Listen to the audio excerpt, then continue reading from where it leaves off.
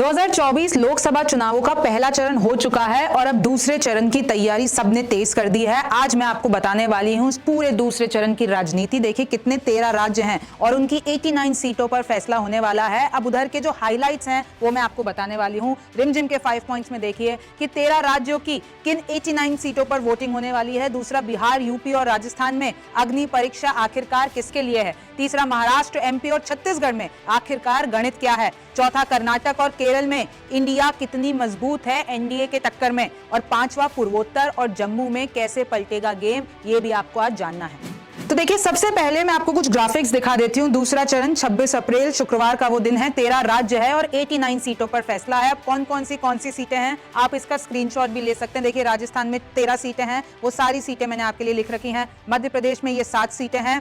महाराष्ट्र में 8 सीटें हैं, ये सारी मैंने डिटेल्स दे रखी है। बिहार में 5 सीट, किशनगंज, कटिहार, पूर्णिया, भागलपुर, बांका। आगे बढ़िए, केरल की सारी 20 सीटों पर चुनाव है। उत्तर प्रदेश में 8 सीटों पर चुनाव है। छत्तीसगढ़ में इन 3 सीटों पर है। बंगाल में भी इन 3 सीटों पर। त्रिपुरा की 1 सीट पर, मणिपुर की 1 सीट पर। यहाँ पे मैं एक बात ऐड कर देती हूँ कि जो 19 अप्रैल को मणिपुर में चुनाव हुए थे वो रद्द कर दिए गए और अब वापस से 22 अप्रैल यानी आज के दिन वहां पर चुनाव हुए हैं। और अभी सेकंड फेज जो है बाहरी मणिपुर में वैसे भी 2 बारी चुनाव हो रहे हैं। देखिए फिर जम्मू कश्मीर में 1 सीट पर। तो ये पूरा मामला है। कर्नाटक की 14 सीटें, असम की 5 सीटें। तो ये सारा दूसरा चरण में आपको मिलेगा कौन सी सीटों पर कहां चुनाव है। आप स्क्रीनशॉट इन ग्राफिक्स का ले सकते हैं।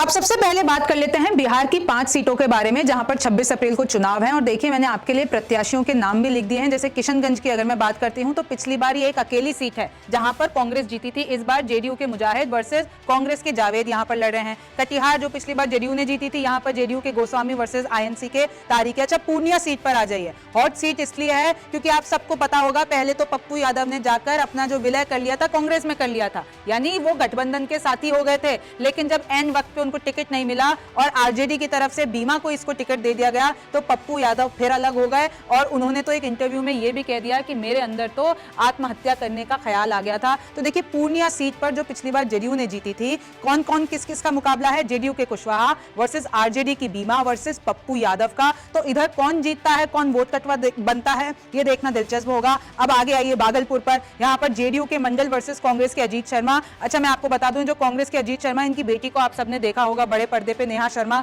वो उतर भी गई हैं अपने पापा के लिए चुनाव प्रचार करने। आगे बढ़ती हूं बांका की सीट पर। तो देखिए जेडीयू के गिरधारी वर्सेस आरजेडी के जेपी नारायण। किशनगंज में आपको बता दूं पिछली बार जो कांग्रेस ने जीता था 34,000 वोट्स के मार्जिन से जीती थी। कटिहार 57,000 के वोट से जीती थी। और भागलपुर इस बार कांग्रेस को मिल गई है। पिछली बार हालांकि वहां पर वो तीसरे नंबर की पार्टी थी, पर फिर भी भागलपुर इस बार किसके खाते में आई है, कांग्रेस के खाते में आई है। अब मैं आपको एक और बार जिन को नहीं पता है वो बता देती हूँ। एनडीए का बिहार में क्या स्थिति है। बीजेपी, नीतीश कुमार यानी जदयू, चिराग पासवान की पार्टी एलजेपी, मांझी की एचएम पार्टी और कुशवाहा, ये सब एक एनडीए गठबंधन में है। दूसरा गठबंधन कौन सा है, इंडिया गठबंधन, यानी तेजस्वी यादव आरजेडी के, कांग्रेस, लेफ्ट और वीआईपी के सहनी भी इस गठबंधन में शामिल हैं। आगे बढ़ते हैं उत्तर प्रदेश पे। तो देखिए उत्तर प्रदेश की किन 8 सीटों पर कौन है। अमरोहा की बात कर लेते हैं। सबसे दिलचस्प लड़ाई यहां पर देखने को मिल रही है क्योंकि बीजेपी के कंवर यहां से उतरे हुए हैं, कांग्रेस के दानिश अली और बीएसपी के मुजाहिद। और इसमें आपको सबको पता होगा कि दानिश अली पहले बीएसपी में थे लेकिन पार्टी विरोधी गतिविधियों के कारण उनको निकाल दिया गया और कांग्रेस ने इस बार दानिश अली को यहां से चुना है। और जो पिछली बार जीते थे यहां से, क्योंकि दानिश अली बीएसपी से थे तो ये सीट दानिश अली ने बीएसपी में होते हुए जीती थी, लेकिन इस बार वो कांग्रेस की तरफ से है। तो देखिए कांग्रेस को इस बार इधर तो बढ़त मिल सकती है। मेरठ में देख लीजिए प्रभु श्री राम साक्षात, यानी मैं आपको बता दूं कि जिन्होंने प्रभु श्री राम का रामायण में रोल किया था यानी अरुण गोविल, वो यहां से बीजेपी के प्रत्याशी हैं। लेकिन यहां पर अगर मैं आपको एक राजनीति फैक्टर बताऊं कि यहां पे जो मौजूदा सांसद थे जब उनका टिकट कटा तो वहां के जो समर्थक हैं उनमें थोड़ा सा रोष आ गया। हालांकि अब सब कह रहे हैं कि अगर उत्तर प्रदेश में राम नहीं जीतेंगे तो कौन जीतेंगे। तो अरुण गोविल यहां से बीजेपी के प्रत्याशी हैं। एसपी की सुनीता है, एसपी ने यहां पे तीसरी बार टिकट बदली है। और मैं आपको बता दूं मेरठ में मुस्लिम प्रत्याशी बहुत ज्यादा हैं, लेकिन एक भी आपको मुस्लिम वोटर्स यहां पर बहुत ज्यादा है, लेकिन आपको इधर एक भी मुस्लिम प्रत्याशी नहीं दिखेगा। समाजवादी पार्टी ने भी सुनीता को उतारा है, यानी दलित फैक्टर इधर साधने की कोशिश की गई है। बीएसपी ने यहां पर त्यागी को उतारा, यानी त्यागी फैक्टर यहां पे। तो देखिए मुस्लिम प्रत्याशी एक भी नहीं है और ऐसा बहुत टाइम के बाद हो रहा है। यहां पर बागपत में पिछली बार बीजेपी जीती थी और इस बार कौन कौन है, ये सीट आरएलडी को मिली है। आरएलडी आप सबको पता होगा कि हाल ही में जयंत चौधरी ने अभी एनडीए गठबंधन के साथ हाथ मिलाया है और बागपत की सीट आरएलडी के खाते में आई है, तो उन्होंने सांगवान को उतारा है। एसपी से यहां पे अमरपाल हैं और बीएसपी से प्रवीण हैं। गाजियाबाद देख लीजिए, बीजेपी पिछली बार यहां जीती थी और यहां पर अतुल गर्ग जीतते हुए आ रहे हैं। कांग्रेस ने डॉली को उतारा है जो पिछली बार हार गई थी, बीएसपी ने नंद किशोर को, लेकिन यहां पर भी यही सेम नाराजगी है कि कुछ समर्थक नाराज थे इधर अतुल गर्ग के नाम पर। लेकिन फिर भी मैं आपको बता दूं कि यहां पर अतुल गर्ग का यानी बीजेपी का इतना ज्यादा मार्जिन है कि यहां पर बीजेपी को टक्कर दे पाना कांग्रेस और बीएसपी के लिए बहुत ज्यादा मुश्किल है। गौतम बुद्ध नगर बीजेपी यहां पे पिछली बार और अच्छे खासे मार्जिन से जीती थी, बीजेपी के महेश, एसपी के महेंद्र और बीएसपी के राजेंद्र। बुलंदशहर जो पिछली बार बीजेपी जीती थी, तो यहां पे भी आप देख सकते हैं कौन कौन प्रत्याशी है। अलीगढ़ की बात करते हैं जो बीजेपी जीती थी, और इधर भी मैंने आपके लिए सारे प्रत्याशी लिख रखे हैं, बीजेपी, कांग्रेस और बीएसपी। मथुरा पे आ जाइए, हेमा मालिनी कितने लंबे टाइम से यहां पर जीतती हुई आ रही है। इस बार कांग्रेस के मुकेश और बीएसपी के सुरेश यहां पर लड़ रहे हैं, लेकिन फिर मैं आपको बता दूं कि हेमा मालिनी हमेशा मथुरा से एक बड़े मार्जिन से, और क्योंकि सेलिब्रिटी फेस है तो वहां पर वो लगातार जीत दर्ज करती आई है और इस बार भी कम चांसेस हैं कि वो हारे।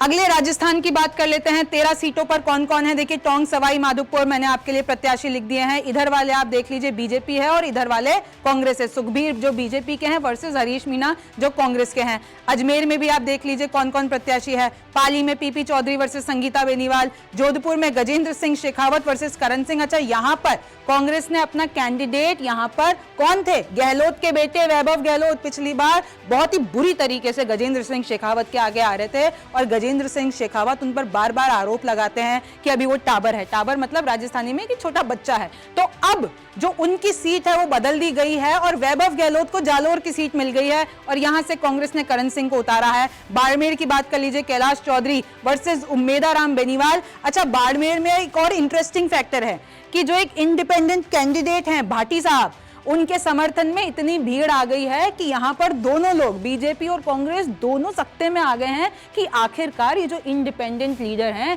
इनके रैलीज में इतनी भीड़ कहां से आ रही है। तो यहां तो ये वोट कटवा बनेंगे या फिर ये जीत जाएंगे। देखिए, जीतना इधर बीजेपी कांग्रेस की जो एकदम डायरेक्ट लड़ाई लेती, जीतना मैं नहीं कहूंगी, लेकिन वोट कटवा अच्छा खासा साबित हो सकते हैं और बहुत पॉपुलर भी हैं भाटी साहब अभी पूरे सोशल मीडिया पर। जालौर में देख लीजिए, लुम्बाराम चौधरी वर्सेस वैभव गहलोत। वैभव गहलोत आप सब जानते होंगे कि अशोक गहलोत के बेटे हैं और अभी हाल ही में सोशल मीडिया में इन दोनों की 2 तस्वीरें वायरल हुई थी। एक तो जब वैभव गहलोत, जब लुम्बाराम चौधरी यानी बीजेपी के प्रत्याशी उनको सामने से दिखते हैं तो वो उनके पैर छू लेते हैं और ये वीडियो है वो सोशल मीडिया पे बहुत वायरल हुई थी और लोग कह रहे थे कि देखिए वैभव गहलोत के संस्कार देखिए। अच्छा, दूसरी चीज ये हुई कि क्या हुआ, लुम्बाराम चौधरी ने एक वीडियो शेयर की और उसमें कांग्रेस का ये दावा था। पहले तो लुम्बाराम चौधरी बोले थे कि ये हमारी रैली की भीड़ है, आप जो इतने सारे जो भीड़ में आप रैली में आए हैं उसके लिए धन्यवाद। लेकिन फिर वैभव गहलोत एक स्क्रीनशॉट शेयर करते हैं और बोलते हैं कि लुम्बाराम चौधरी जी, ये जो भीड़ है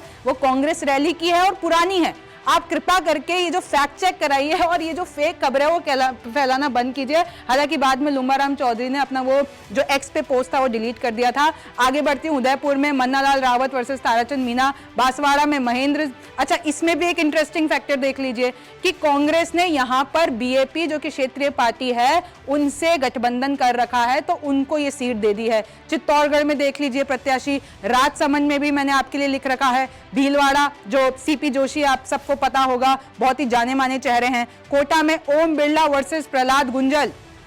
देखिए, ओम बिरला यहां से एक लंबे वक्त से जीतते हुए आ रहे हैं और ऐसा माना जा रहा है कि इस बार भी इनकी, सबको पता होगा, लोकसभा के जो हैं पार्लियामेंट स्पीकर हैं ये, और ओम बिरला को यहां से बीजेपी ने फिर से टिकट दिया है। झालावाड़ इधर किसकी, वसुंधरा राजे के जो बेटे हैं दुष्यंत सिंह जो यहाँ पे जीतते हुए आ रहे हैं उनको वापस से टिकट दिया गया है। तो ये था राजस्थान के कुछ हाइलाइट्स मैंने आपको बता दिया है और ये सारी सीट्स हैं जो दूसरे चरण में जिनके ऊपर फैसला होने वाला है। अगले बात कर लेते हैं महाराष्ट्र की 8 सीटों पर कौन कौन है। देखिए बुल्डाना, और मैंने ये जो आपके लिए साइन लिख रखा है, मतलब बुल्डाना में पिछली बार शिवसेना जीती थी, और ये तो आप सबको पता होगा शिवसेना तो 2019 के बाद टूटी है। पहले तो ये सब यानी उद्धव और शिंदे एक ही थे, लेकिन इस बार देखिए मैंने आपके लिए कैसे लिखा है, बुल्डाना में जीते तो शिवसेना थे, लेकिन इस बार शिंदे बनाम यानी शिवसेना बनाम शिवसेना, मतलब प्रताप राव तो शिंदे की तरफ से उतरे हुए हैं और नरेंद्र यहाँ पर जो है वो उद्धव ठाकरे गुट से उतरे हुए हैं। अकोला में पिछली बार बीजेपी जीती थी, तो ये सब मैंने अच्छा इंटरेस्टिंग सीट यहाँ पर कौन सी है, अमरावती। पिछली बार तो ये कांग्रेस की, तो पिछली बार शरद पवार के सपोर्ट से इन्होंने इंडिपेंडेंट चुनाव लड़ा था और अमरावती सीट जीत ली थी, लेकिन इस बार बीजेपी ने नवनीत राणा को उतारा है और इनके जो सामने है वो है कांग्रेस के बलवंत। अब देख लीजिए, एक और वर्धा सीट के लिए भी मैंने आपके लिए लिख रखा है, यावतमाल मसीम जो है सीट उसके लिए भी लिख रखा है कौन कौन से प्रत्याशी है, हिंगोली, नांदेड़, परभानी। अब देख लीजिए कि आखिरकार महाराष्ट्र की राजनीति क्या कहती है। महाराष्ट्र की इन सभी सीटों पर लड़ाई चुनावी हार जीत से ज्यादा सम्मान और राजनीतिक भविष्य की मानी जा रही है। इस क्षेत्र में मराठा राजनीति के पितामह शरद पवार की एनसीपी और मराठी अस्मिता को एक नई ऊंचाई देने वाले बाला साहेब ठाकरे की शिवसेना पार्टी की परंपरागत पकड़ रही है। माना यही जा रहा है कि क्षेत्र में लड़ाई पवार बनाम पवार या शिवसेना बनाम शिवसेना की हो सकती है, लेकिन भाजपा इस क्षेत्र में पूरा चुनाव मोदी बनाम राहुल बनाने की कोशिश कर रही है। उनके नेता कार्यकर्ता लोगों के बीच में यही समझाने की कोशिश कर रहे हैं कि लोकसभा चुनाव में बात राष्ट्रवाद और हिंदुत्व जैसे बड़े मुद्दों की होनी चाहिए, लिहाजा मतदाता बड़े मुद्दों को ध्यान में रखते हुए ही मतदान करें। वहीं महाविकास आघाड़ी गुट इसे मराठा अस्मिता और ठाकरे परिवार से बगावत जैसे भावनात्मक मुद्दों की ओर खींचने की कोशिश कर रहा है। महाराष्ट्र की अमरावती लोकसभा सीट नवनीत राणा की उम्मीदवारी के कारण खूब चर्चा में है। इस बार भाजपा के टिकट पर चुनाव लड़ रही नवनीत राणा ने इस सीट पर पिछले चुनाव में शरद पवार की पार्टी एनसीपी के सहयोग से स्वतंत्र उम्मीदवार के तौर पर एक बड़ी जीत हासिल की थी, लेकिन इस बार वो बीजेपी के साथ है। अब दूसरी लोकसभा सीट देख लीजिए, परभणी, जो कि लोकसभा सीट है जिसे शिवसेना की परंपरागत सीट माना जाता है। पार्टी ने 1999 से अब तक इस सीट पर अपना कब्जा बरकरार रखा है। उद्धव ठाकरे गुट ने यहां से संजय जाधव को उतारा है और उन्हें चुनौती दे रहे हैं महायुति के सहयोगी दल राष्ट्रीय समाज पक्ष के अध्यक्ष महादेव जानकर। अपने क्षेत्र में सामाजिक कार्यों के कारण प्रभावशाली लोगों में शामिल महादेव जानकर संजय जाधव के सामने अच्छी चुनौती पेश कर रहे हैं। अगला आ जाते हैं मध्य प्रदेश की 7 सीटों पर कौन कौन है। तो देखिए सारी सीटें मैंने आपके लिए लिख रखी है। एक इंटरेस्टिंग चीज मैं अगर आपको बताती हूँ खजुराहो में, कि एक अकेली सीट यहाँ पर अखिलेश को गठबंधन में मिली थी, लेकिन उस पे भी उनका जो प्रत्याशी था उसका नामांकन कैंसिल हो गया। और देखिए इधर तो अध्यक्ष हैं बीजेपी के प्रदेश अध्यक्ष VG Sharma versus India forward bloc के जो प्रत्याशी हैं। अब इन्हीं को ही समर्थन करना पड़ेगा इंडिया ब्लॉक को, क्योंकि अखिलेश को सीट दी थी लेकिन वो अपना तो नामांकन तो बचा नहीं पाए इधर जिस भी प्रत्याशी को उन्होंने सीट दी थी। तो देखिए खजुराहो में, सतना में हालांकि कहा जा रहा है कि जो ये गणेश सिंह हैं उनके खिलाफ ब्राह्मण वोट पड़ सकता है। ऐसा कहा जा रहा है कि सतना में कांग्रेस जो बीजेपी है, क्योंकि यहाँ पे आप देख लीजिए कि मध्य प्रदेश में हमेशा से एक अच्छे मार्जिन से बीजेपी जीतती हुई आई है और उन्हीं अभी विधानसभा चुनाव भी जीता है। तो बहुत ही मुश्किल है कांग्रेस का टक्कर दे पाना, लेकिन कुछ ऐसे मुद्दे हैं, कुछ ऐसे अंदरूनी मुद्दे हैं जिसपे इस बार कांग्रेस हावी हो सकती है। क्योंकि आप सबको पता है कि सिर्फ एक छिंदवाड़ा सीट ऐसी है जो कि कमलनाथ के जो बेटे हैं नकुलनाथ, उन्होंने हासिल कर रखी है। बाकी सारी सीटें बीजेपी की है, लेकिन छुटमुट जो है, और मैं आपको बता दूं जो नर्मदापुरम है, पहले होशंगाबाद इसका नाम था, अब इसका नाम चेंज कर दिया है, इसमें भी एक अच्छी खासी लड़ाई देखने को मिलेगी। तो अब इन सब सीटों पर क्या होता है कि बीजेपी अपना गढ़ बचा पाती है कि इसमें से एक आधी सीट जो है कांग्रेस ले जाती है। देखिए जानकार तो यही कह रहे हैं मार्जिन कम हो सकता है, लेकिन जो हार है वो बीजेपी की नहीं हो सकती है। अगला बात कर लेते हैं छत्तीसगढ़ की 3 सीटों पर यहाँ पर कौन कौन है, और जो वीआईपी सीट है वो तो आपके सामने पहले नंबर पर है राजनांदगांव। देखिए भूपेश बघेल जो पूर्व मुख्यमंत्री थे छत्तीसगढ़ के, वो इस सीट से उतरे हुए हैं। तो यहाँ पर आप देखेंगे इन 3 सीटों पर है, और मैंने फिर से ये जो बीजेपी वर्सेस कांग्रेस है वो मैंने आपके लिए लिख रखा है। यहाँ पर एक और चीज बता दूं कि जो फार्मर्स हैं वो एक बड़ा मुद्दा है, इसकी राजनीति समझने के लिए जरा आप ये पॉइंट देखिए। छत्तीसगढ़ में किसानों का वोट सबसे अहम है। यहाँ पर कांग्रेस को सबसे बड़ा झटका तब लगा था जब बीजेपी ने 2023 विधानसभा चुनाव में सबको हैरान कर दिया था और कांग्रेस का ये गढ़ उनसे छीन लिया था और एक शानदार जीत दर्ज की थी। यहाँ कांग्रेस बीजेपी पर आरोप लगा रही है कि ये लोग संविधान बदलना चाहते हैं। कांग्रेस जबकि जाति जनगणना करवाएगी, ओबीसी आरक्षण दिलवाएगी, दलित और आदिवासियों के पक्ष में काम करेगी। हालांकि बीजेपी ने इन सब आरोपों से इनकार कर दिया है और बताया है कि कैसे 10 सालों में केंद्र सरकार ने छत्तीसगढ़ के लिए काम किया है और एंटी नक्सल ऑपरेशंस चलाकर व्यवस्था को बेहतर किया है, बल्कि कांग्रेस ने नक्सलवाद को बढ़ावा दिया है। आगे बात कर लेते हैं कि कर्नाटक की 14 सीटों पर आखिर कौन कौन है। और देखिए, अगर मैं आपको इधर वीआईपी सीट्स के बारे में बताती हूं तो यहाँ पर पहले तो ये जान लीजिए कि जेडीएस के खाते में 3 सीटें आई हैं सीट शेयरिंग में बीजेपी के साथ, और इन तीनों पर ही यहाँ पर चुनाव है। एक सीट है हसन, दूसरी देख लीजिए मांड्या, जहां से जेडीएस के एचडी कुमारस्वामी जो कि कर्नाटक के पूर्व मुख्यमंत्री रहे हैं वो यहाँ से उतरे हुए हैं। आगे अगर मैं आपको बताती हूँ तो जेडीएस के जो है वो एक और यहाँ पर उतरे हुए हैं। और ये जो मैंने आपको बीजेपी वर्सेस कांग्रेस की कहानी बता रखी है, आप एक देखेंगे ये कौन सा तेजस्वी सूर्या वाली सीट, ये एक वीआईपी सीट हो जाती है बेंगलुरु दक्षिण। अभी हाल ही में आपने एक वीडियो देखा होगा जहां पर एक विजुअल बहुत वायरल हुआ था और कांग्रेस ने बढ़ चढ़ के उठाया था, जहां पर दिख रहा था कि तेजस्वी सूर्या हैं वहां पे निकलने की कोशिश कर रहे हैं क्योंकि एक प्रोटेस्ट हो गया था। आप अगर सोशल मीडिया पे जाएंगे आपको वीडियो मिल जाएगा। लेकिन कर्नाटक की थोड़ी राजनीति समझना है तो इस पॉइंट को देखिए। कर्नाटक में कुल 29 लोकसभा सीटें हैं और 2019 में बीजेपी ने यहां 25 सीटें जीत ली थी। इस बार बीजेपी 25 सीटों पर लड़ रही है और उनकी सहयोगी पार्टी 3 सीटों पर यानी जेडीएस, और जेडीएस की इन तीनों ही सीटों हसन, मांड्या और कोलार पर दूसरे चरण यानी 26 अप्रैल को चुनाव है। दूसरे चरण में लिंगायत समाज का काफी असर देखने को मिल रहा है। दोनों ही राष्ट्रीय पार्टी बीजेपी और कांग्रेस का फोकस मुख्य तौर पर एससी और एसटी वोट पर है। लेकिन बीजेपी को कर्नाटक में एक बड़ा झटका तब लगा जब कांग्रेस ने 2023 के विधानसभा चुनावों में एक लाजवाब जीत हासिल की। तो अब कांग्रेस का कहना है कि पिछली बार वाला प्रदर्शन बीजेपी अब लोकसभा चुनावों में नहीं दोहरा पाएगी और उनको घाटा होगा। और तो और कर्नाटक कांग्रेस के सोशल साइट्स एक्स पर एक खाली लोटे की तस्वीर पोस्ट करके ये कहा कि राज्य सरकार ने कई बार केंद्र सरकार से सूखा राहत प्रदान करने का अनुरोध किया है, लेकिन कर्नाटक विरोधी केंद्र सरकार ने कर्नाटक को केवल खाली लोटा दिया है। इसका उचित समाधान यही है कि भाजपा सरकार को वही खाली लोटा वापस दे दिया जाए। कांग्रेस के इस आरोप पर भाजपा समर्थकों ने भी तीखी प्रतिक्रिया व्यक्त की है। उन्होंने कहा है कि आपका ये जो चोंबू है मतलब लोटा अब खाली हो गया है और अब आपने इसे पकड़ रखा है और भीख मांगना शुरू कर दिया है। ये दुखद है कि हमारे पड़ोसी पाकिस्तान का जो हश्र हुआ है वही कर्नाटक का हुआ है। अमीर राज्यों में शुमार कर्नाटक के खजाने को खाली करने का श्रेय आपको ही मिलता है, यानी कांग्रेस को मिलता है। अगला बात कर लेते हैं केरल की 20 सीटों पर कौन है। तो देखिए, केरल की सबसे बड़ी सीट जिस पे सबकी नजर है वो तो वायनाड ये सामने है, क्योंकि यहाँ से राहुल गांधी उतरे हुए हैं। और यहाँ पर मैं आपको बता दूं कि 2 त्रिकोणीय मुकाबला है कि एक तो बीजेपी की तरफ से और एक लेफ्ट की तरफ से। तो एनी जो है लेफ्ट से उतरे हुए हैं और सुरेंद्रन बीजेपी की तरफ से हैं। इसमें 2-3 और सीटें हैं जो वीआईपी सीट्स हैं। मलप्पुरम देख लीजिए, यहाँ पर एक इकलौते बीजेपी के मुस्लिम प्रत्याशी हैं अब्दुल सलाम, वो मैदान में है। आगे बढ़ेंगे आप तो आपको एक और जो इंटरेस्टिंग सीट मैं आपको बताती हूँ। ये देखिए कहाँ गई वो सीट, तिरुवनंतपुरम। यहाँ पर शशि थरूर वर्सेस पनायन ये के लेफ्ट के पार्टी के कैंडिडेट हैं और राजीव चंद्रशेखर। आपको सबको कहानी पता होगी कि कैसे राजीव चंद्रशेखर पर संपत्ति से रिगार्डिंग आरोप लगे थे, वो भी अगले पॉइंट में मैंने आपको विस्तार से इसमें बताया हुआ है। केरल की 3 सीटों पर सबकी नजर है। सबसे पहली है वायनाड की सीट जहां से राहुल गांधी मैदान में है। दूसरी है मलप्पुरम जिधर से बीजेपी के एकमात्र मुस्लिम प्रत्याशी अब्दुल सलाम उतरे हुए हैं। और ताज्जुब की बात यह है कि पार्टी के अंदर ही सलाम के खिलाफ विरोध हो रहा है। और तीसरी बड़ी सीट है तिरुवनंतपुरम जहां से कांग्रेस के शशि थरूर 2009 से जीतते हुए आ रहे हैं और इस बार उनके खिलाफ लड़ रहे हैं बीजेपी के राजीव चंद्रशेखर और ये केंद्रीय मंत्री भी हैं। राजीव के खिलाफ इलेक्शन कमीशन में एक शिकायत की जांच चल रही है जिसमें चुनावी हलफनामे में उन्होंने अपनी संपत्ति 680 रुपए बताई है, जिस पर कांग्रेस ने उन पर हलफनामे में झूठ बोलने का आरोप लगाकर और राजीव का नामांकन रद्द करने की मांग की।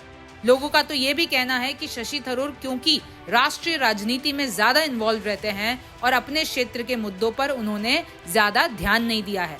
इधर से सीपीएम के पनियन रविंद्रन भी मैदान में हैं, जो कि लोकल मलयाली लोगों के बीच काफी पॉपुलर हैं। लेकिन थरूर और राजीव के मुकाबले रविंद्रन का कैंपेन थोड़ा ठंडा है। राजीव को लोग बाहरी कैंडिडेट भी बताकर विरोध करते हैं। केरल में क्रिश्चियन और मुस्लिम की पॉपुलेशन को मिलाकर तकरीबन 46% लोग हैं, लेकिन त्रिवेंद्रम में डेमोग्राफी अलग है। यहाँ हिंदू पॉपुलेशन करीब 66%, ईसाई 19% और मुस्लिम 13% है। केरल में अगर अंदाजे के हिसाब से बताऊं तो ओबीसी आबादी लगभग 60% है। बीजेपी केरल में अब तक एक बार भी लोकसभा की सीट नहीं जीती है। पिछली बार त्रिवेंद्रम में वो दूसरे नंबर की पार्टी रही थी। अगला बात कर लेते हैं असम की 5 सीटों पर कौन कौन है और आखिरकार यहाँ पर क्यों मुस्लिम फैक्टर इतना हावी है और आखिरकार क्यों हेमंत बिस्वा शर्मा पे दोनों आरोप लगते हैं। एक तो कि वो मुस्लिम विरोधी हैं और कुछ लोग तो ये भी कहते हैं कि वो मुसलमानों के लिए उन्होंने बहुत काम किया है। तो देखिए ये 5 सीटें हैं और इन 2 पे करीमगंज और नगांव पे क्यों सबकी नजर है वो आप इस पॉइंट से समझिए। असम की करीमगंज और नगांव की सीटों पर सबसे महत्वपूर्ण मुस्लिमों का वोट है। यहाँ पर त्रिकोणीय मुकाबला है बीजेपी, कांग्रेस और AIUDF के बीच में। 2019 में बीजेपी ने असम की 14 सीटों में से 9 सीटें जीत ली थी और इस बार इनका टारगेट है 12 सीटें जीतने का। असम में 34% मुस्लिम आबादी है और इनके 3 ग्रुप्स हैं। एक तो है मियाँ मुसलमान जो कि बंगाल से आए हैं, एक है क्षेत्रीय असमी बोलने वाले मुसलमान और तीसरे हैं हिंदी बोलने वाले मुसलमान। अब ये जो AIUDF का है उनका मियाँ मुसलमानों के बीच में अच्छा प्रभाव है और नगांव सीट पर अभी कांग्रेस के पास है और करीमगंज जो है बीजेपी के पास है। असम के CM हेमंत बिस्वा शर्मा पर आरोप लगते हैं कि वो मुस्लिम विरोधी हैं और कुछ लोग तो ये भी कहते हैं कि उन्होंने मुस्लिमों के लिए काफी काम किया है। पहले शर्मा, मैं आपको बता दूं, कांग्रेस में ही थे और फिर उन्होंने बीजेपी में आ गए और उसके बाद असम के CM बना दिए गए। और यहाँ पर असम में CAA, NRC और UCC बड़े मुद्दे हैं। बंगाल की भी 3 ऐसी सीटें हैं जिधर दूसरे चरण में चुनाव होना है। देखिए दार्जिलिंग, रायगंज और बालूरघाट। और इसके पीछे की क्या राजनीति है, कैंडिडेट्स मैंने आपके लिए लिख दिए हैं कि कौन कौन सा कैंडिडेट्स है यहाँ पर। और यहाँ पर त्रिकोणीय मुकाबला है, एक तो TMC, एक कांग्रेस, एक BJP। होने वाला था इनका गठबंधन, लेकिन दीदी ने तो साफ मना कर दिया कि कांग्रेस के साथ हमारा गठबंधन दिल्ली में तो हो सकता है लेकिन बंगाल में नहीं हो सकता है। बंगाल की तीनों सीटों पर भाजपा और तृणमूल कांग्रेस के लिए नाक की लड़ाई है। रायगंज और बालूरघाट में सभा कर प्रधानमंत्री नरेंद्र मोदी कह चुके हैं कि बंगाल में घुसपैठ, शासन में भ्रष्टाचार और संदेश खाली की गुंडागर्दी के खिलाफ हुंकार भरी है उन्होंने। अपनी गारंटी और बंगाल में केंद्र सरकार की ओर से हुए विकास को उन्होंने गिनवाया है। और मैं आपको ये भी बता दूं कि रामनवमी के दिन बंगाल की मुख्यमंत्री ममता बनर्जी ने घोषणा पत्र जारी करके राष्ट्रीय नागरिक रजिस्टर यानी NRC पर रोक और केंद्र में सत्ता में आने पर जिस नागरिकता संशोधन अधिनियम यानी CAA को रद्द करने की घोषणा की है, उसे ही इस क्षेत्र के चुनावी दौरे में अपने आधार वोटरों को याद करा रही हैं। रायगंज में मुस्लिम आबादी 50% है। इस चुनाव में कांग्रेस का भी यहां से उम्मीदवार हो जाने के कारण मुस्लिम वोटर जो है यहाँ का वो 2 भागों में बट गया है कि TMC को वोट दें कि कांग्रेस को वोट दें। और फाइनली आप देख लीजिए त्रिपुरा, मणिपुर और जम्मू में कौन कौन है। पूर्वी त्रिपुरा सीट पर चुनाव है, ये मैंने आपके लिए कैंडिडेट्स लिख रखे हैं। बाहरी मणिपुर में भी चुनाव है। पॉइंट मैं आपको ऑलरेडी बता चुकी हूँ कि 19 अप्रैल को भी यहाँ पर चुनाव हुए थे लेकिन उसे रद्द कर दिया गया क्योंकि वहां पर लोगों ने EVM तोड़ दी थी। और देखिए प्रत्याशी बाहरी मणिपुर के मैंने आपको बता दिया है। जम्मू कश्मीर की जम्मू सीट पर भी यहाँ पर चुनाव है और दोनों कैंडिडेट्स मैंने आपके लिए लिख दिए हैं। जुगल किशोर शर्मा वहां पे लंबे अरसे से जीतते हुए आ रहे हैं और देखिए आर्टिकल 370 एक बड़ा मुद्दा है वहां पर बीजेपी के लिए। टेररिज्म को खत्म करना, वहां पे पीस वाले पूरे हालात रहना, ये बीजेपी के लिए, और बीजेपी इसी पे ही चढ़ती है। यहाँ तक कि सिर्फ जम्मू कश्मीर नहीं, किसी भी दूसरी रैली में जाती है 370 गिनवाती है। हालांकि अगर आप बोलेंगे कि राम मंदिर, तो राम मंदिर का मुद्दा यहाँ पर उतना हावी नहीं है जितना यूपी, बिहार और इन सारे क्षेत्र में है। लेकिन जम्मू कश्मीर में भी लोग कह रहे हैं कि क्योंकि अब आर्टिकल 370 इतना बड़ा मुद्दा बन गया है तो बहुत ही मुश्किल है कि यहाँ पर बीजेपी को हराया जा सके।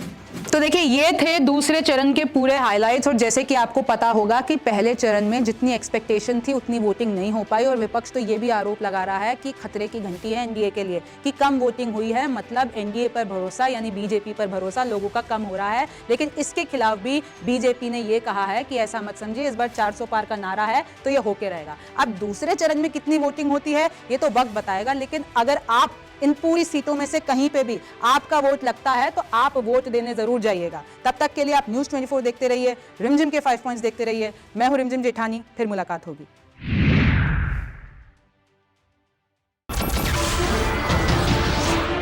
नमस्कार, मैं हूं मानक गुप्ता। अगर आपको हमारा ये वीडियो पसंद आया हो तो इसे लाइक और शेयर जरूर करें और हाँ, हमें सब्सक्राइब और फॉलो करना ना भूलें ताकि आप देश और दुनिया की कोई खबर मिस ना करें। तो जुड़े रहिए हमारे साथ और देखते रहिए न्यूज़ 24।